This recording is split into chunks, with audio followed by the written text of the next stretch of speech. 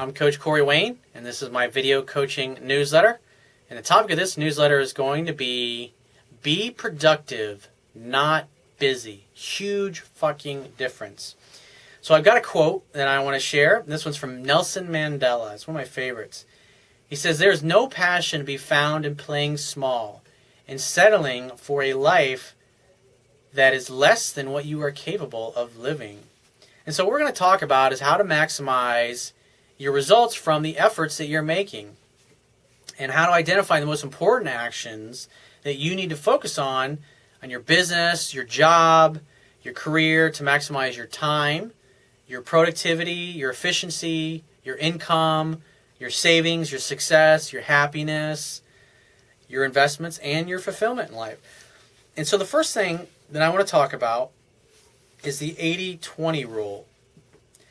Now, the 80-20 rule basically states that 80% of your results come from basically 20% of your effort. And so, like, when I work with guys who are trying to improve, say, their income in sales, so what I do is I sit and I work with a guy or a girl, and I ask them, what are the things that you specifically do that earn revenue? Now, I give an example. Like, say the guy works in sales, and so what I do is I pull out my little trusty calculator, and I say, okay, how much money do you want to make this year? And the guy says, I want to hit $500,000 this year. I want to make $500,000. Now I'll say, okay, so how much money do you make per sale or per client? He says $5,000. I'll say, okay, great. So we got $500,000 divided by $5,000 per client. So that means over the course of the next year, you need to land 100 clients or make 100 sales. And so divide that by 12 months. So that's an average of 8.33 sales per month. And so then my next question is, like, say this particular guy, he does cold calling to get his leads. And so there's a certain amount of time that he has to bang the phones, is what they call it in the when you actually call to make sales appointments. So the idea, if you're in sales, just like dating, is that you want to get the person in front of you, because you can't sell somebody over the phone. They got to physically, especially you call a car dealership. You'll talk to them, they answer a few questions, but they're always going to try to get you to come on down to the dealership, because they know if they can get you down to the dealership, there's a really good chance that they'll sell you a car. And if the salesman spends all of his time talking on the phone and giving them information but never making appointments, he's not going to sell very many cars. He's going to give out a lot of information and help people, but he's not going to be helping himself. And so if we know that 8.33 sales need to be done per month, and so then the question becomes, okay, how many appointments do you need to have in order to get one sale? And the guy says, well, he says, let's say 1 out of every 25 people that he meets with buy. And so if we got 8.33 times, for every person that he meets with, 25 of them buy. So in other words, he's got to meet with 208 appointments on a monthly basis in order to make his 8 sales. And so if you divide that by 4.3 weeks in a month, so you're basically like 48 appointments per week in order to make your sales quota. If you figure there's a certain amount of phone calls you got to make, or maybe you get leads from your internet, whatever it happens to be. It's like, say you had a situation where, like, 1 out of every 25 phone calls you get 1 appointment.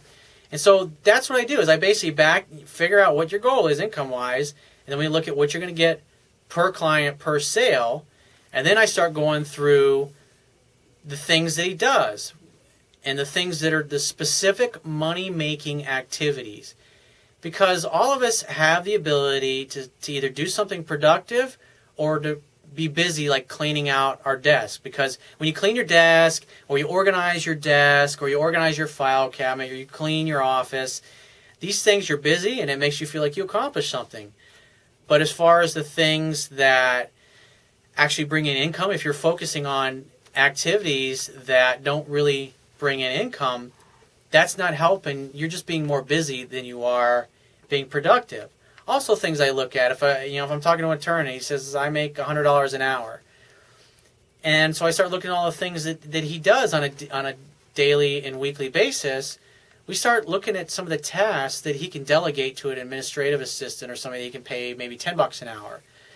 Because the idea is that if I'm trying to help somebody be maximally productive and maximize their income potential, I want them only focusing their activities on the stuff that they have to do and the things that they do better than anybody else, so they can make sure they're getting their appointments, they're making their phone calls, they're having their presentations, and they're making their sales, so they can hit their number. And anything that they're doing throughout the week that is wasteful or that doesn't bring about the success, or maybe there are things that have to be done, like obviously paying the bills of the office, entering things in the computer, data entry, basic filing stuff, shit like that has to be done. And so you can delegate stuff like that to an administrative assistant that you can pay maybe $10, $15 an hour or something like that. And so that's one way, one of the things that I look at when it comes to being productive. So another thing that you want to look at is focus on adding value. Whether you work for somebody or you have your own business, the bottom line is every company, every business is in the process of making a great product or providing a useful service that people will buy. And so instead of focusing on making money, you want to focus on the value proposition, what you do to greatly enhance people's lives. One of the things I love about Apple and why I talk about them a lot is like their whole culture is built around having really great, awesome people who really love the culture, who really love the company, who really love the products, and use them themselves, and are always focused on making them better. And so they're, from a construction standpoint and an operational standpoint, Apple's machines, like Windows machines and every other machine I've ever used, they're not even on the same fucking league as an Apple. All the stuff that I do with my Mac versus what I used to do with a Windows machine, it's like, you can't. It's night and day comparison, and it's just because you had a visionary leader of a country that instilled that in all of the people that worked for his company. A strategic planner once said to me, he said, "There's no such thing as a bad idea, only bad plans." It's the same thing with like hiring the wrong person to work in your company, or hiring the wrong employee if you're in charge of hiring at your company. Because if you make one bad hire, that bad hire can set you back 6 months or more. Think about it. It's going to take you a couple of months before you find out whether or not somebody's really good and get them trained and up and running. Then you figure after 6 months, you realize that person's not going to work out. They're not motivated enough. And then you end up firing that person. Now you're back where you were 6 months ago. And now, not only have you lost the time, but you've lost all the money that you paid that person. That's why it's so critically important to make a good hire if you're in a position where you're hiring people. One of the things that Bill Gates and Steve Jobs shared in common was that they both believed, and Bill Gates obviously still believes in hiring great people who love doing the things that maybe either you don't like to do or that you hate to do or that you just have no interest in. The idea is to surround yourself with a team of people who are more skilled than you are at things that maybe you're weak in or that you're just not crazy about. And so it complements you and it makes you better overall when you hire people that are strong in areas that you may be weak in. And so that's basically what it boils down to. It's like, so if you're a business person, it's like I look at what I do from a advertising perspective or growing my business. The biggest thing that I personally do to grow my business is these YouTube videos, answering questions, and doing the articles on my website. Those two activities are the biggest thing that grows my business. Writing is helpful and all these, and coaching is great, and obviously that brings in the revenue. But the type of things that I have to make sure day in and day out get done every day is new content production. And that's just one of the things that I personally have identified in my own business that I focus on, that's in a very super important thing. And so If you got a business or you work for somebody that has a business or you work for a company, the bottom line is if you want to be more valuable as an employee, the idea is to focus on the things that make you really productive and bring in the revenue so you can maximize your hourly income earning potential and eventually, hopefully, get to the point where you can make money while you're sleeping, either through your investments or through a business that pays you residual weekly, daily, or monthly income. Like me, I'm making money 24/7. My book's always selling. Donations are always coming in. People are always signing up for phone coaching sessions. My email list, it's always growing. I'm making money off my YouTube channel. And so as a business, I've got multiple sources of income in my business that dramatically drive up the price that I make per hour. And the bottom line, as long as I continue to do the basic things that I need to do in my business, it's going to continue to grow and help people.